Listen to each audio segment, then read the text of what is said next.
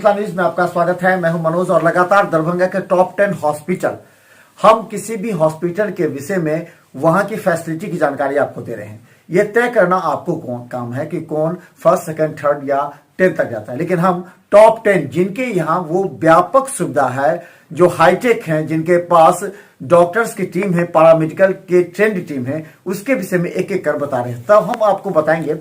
सबसे पहले देखिए पारस हॉस्पिटल का। पारस ग्लोबल हॉस्पिटल जो एक कॉर्पोरेट हॉस्पिटल है, जब दरभंगा में इसकी स्थापना हुई थी, जब प्रारंभ किया गया था, तो इसका उद्देश्य क्या था, देखिए क्या कहते हैं पारस हेड। देखिए, पारस ग्लोबल हॉस्पिटल दरभंगा में मार्च 2016 में शुरू हुआ था, तो 5-6 साल हो गए इसको शुरू हुए। देखिए, कोविड के जो तैयारी है वो हमारे पास पूर्ण हो चुकी है। ऊपर जो हमारे पास वार्ड है वो हमारे पास वार्ड भी है। 10 बेड हमने पहले दे दिए हैं अभी, लेकिन ज़रूरत पड़ने पर अगर ज़रूरत लगती है तो उसका हम थोड़ा सा और बढ़ा सकते हैं। और दूसरी बात ये कि एंट्री एंड एग्जिट पॉइंट्स हमने अलग करके रखे हैं, और जो भी अंदर आता है अस्पताल के वो पूरा थर्मल स्क्रीनिंग के बाद ही अंदर आते हैं। इवन जो हमारा स्टाफ है वो भी थर्मल चेक के बाद ही अंदर आ पाता है। देखिए, हमारे जो टोटल जो मैन काउंट है वो करीब 250 है, और इसके अलावा हमारे पास जैसे neurosurgeon, neuro physician, pulmonary, medicine, surgery, सबके अनुभवी डॉक्टर हैं हमारे पास, और टेक्नीशियंस और नर्सिंग स्टाफ हमारे पास पर्याप्त है। कि हमारा जो ये अस्पताल पारस ग्लोबल हॉस्पिटल है, एक मल्टी स्पेशलिटी हॉस्पिटल है, जहाँ पे कोई भी रोग होगा तो यहाँ पे उसका निवारण हो जाएगा। जैसे हड्डियाँ है, आपका जनरल सर्जरी है, सब कुछ है हमारे पास। देखिए, कोविड के लिए हमारे पास पर्याप्त डॉक्टर्स भी हैं, यहाँ पे मेडिकल स्टाफ भी है, और इसके अलावा जो ऑक्सीजन की जब लास्ट समय देखा गया था तो ऑक्सीजन की पर्याप्त उपस्थिति नहीं थी, लेकिन इस टाइम हमने पूरा उसका इंतजाम करके रखा है। शासन की तरफ से भी हमारे कुछ दिनों पहले भी सिविल सर्जन सर से मुलाकात हुई थी, जो मीटिंग हुई थी, तो उन्होंने भी बिल्कुल अनुशासन वो दे दिया है कि वो भी हमारी हेल्प करेंगे। तो इसलिए अभी मुश्किल है कि अभी हमें कोई दिक्कतों का सामना करना पड़े, तो हम पूरा तैयार हैं। देखिए, जो गवर्नमेंट ने निर्धारित किया है एक अस्पताल के लिए, कोविड मरीजों के लिए, हम उसके ऊपर कुछ भी नहीं लेते। जो भी सरकारी जो है बिल्स है वो उसी पे ही जाते हैं, उसके अलावा कुछ नहीं। देखिए, मैं मिथिला न्यूज़ की तरफ से पूरी जनता को ये संदेश देना चाहूँगा कि अपना ख्याल रखें। कभी भी कोई आपके पास सिम्टम हो या कोई भी ऐसी चीज़ हो, एक बार अपना थोड़ा सा आरटीपीसीआर करा दे या थोड़ा सा रैपिड एंटीजन करा दे पूरा, क्योंकि आपकी जो घर वाले हैं वो कभी पीड़ित ना हो जाए, तो अपना सुरक्षा करें, अपना ध्यान रखें, डिस्टेंस रखें, मास्क लगा लें, सैनिटाइज करते रहें। देखिए, हमारे पास जो पिछले समय आए थे मरीज़ वो करीब 350 थे, लगभग 350, और उसके अलावा जो डेथ हुई है वो करीब 50-55 हुई है, उससे ज़्यादा नहीं हुई, लेकिन बाकी जितने भी थे तो वो बाकी जब चले गए तो वेल रिकवर्ड चले गए। ऑक्सीजन को लेकर हमारे पास करीब 50-60 जंबो सिलेंडर्स है, और बाकी आपको तो पता ही होगा कि डीएमसीएच में भी ऑक्सीजन प्लांट लग चुका है।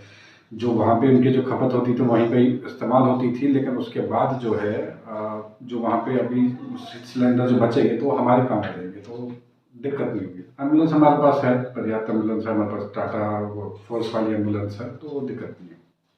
स्थापना का मेन उद्देश्य था, जो भी पेशेंट बाहर जा रहे थे, लाइक अपने मिथिलांचल साइड से, वो यहीं पे उनका इलाज अच्छे तरह से हो जाए, पटना नहीं जाए, कहीं और नहीं जाए।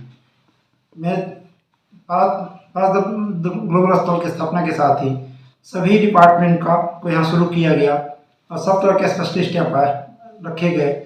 इसका मेन उद्देश्य था हम लोग जनता की सेवा कर सके और समुचित इलाज दे सके।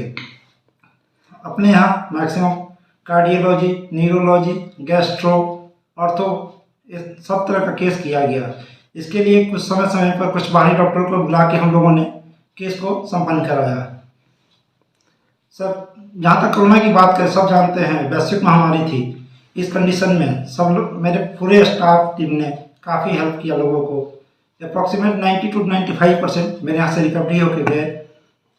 उसके लिए हम लोगों ने हर तरह का व्यवस्था रखा था, जैसे ऑक्सीजन की सप्लाई, प्रॉपर वे में patient care, doctors, nursing staff and supportive staff सब प्रॉपर वे में थे, समुचित व्यवस्था रखी गई थी। उसके लिए इवन कोरोना पेशेंट के साथ साथ हम लोगों ने नॉर्मल पेशेंट का भी इलाज किया, चाहे न्यूरो सर्जरी हो, चाहे ऑर्थो सर्जरी हो, उसके लिए हम लोगों ने अलग अलग वार्ड बना रखे थे, जिसके थ्रू हम लोगों ने सब समुचित व्यवस्था करके सबका इलाज अच्छे से किया, जिसके कारण से मैक्सिमम रिकवरी हमारे हॉस्पिटल के हुई और इसके लिए पास नंबर 1 जाना जाता है।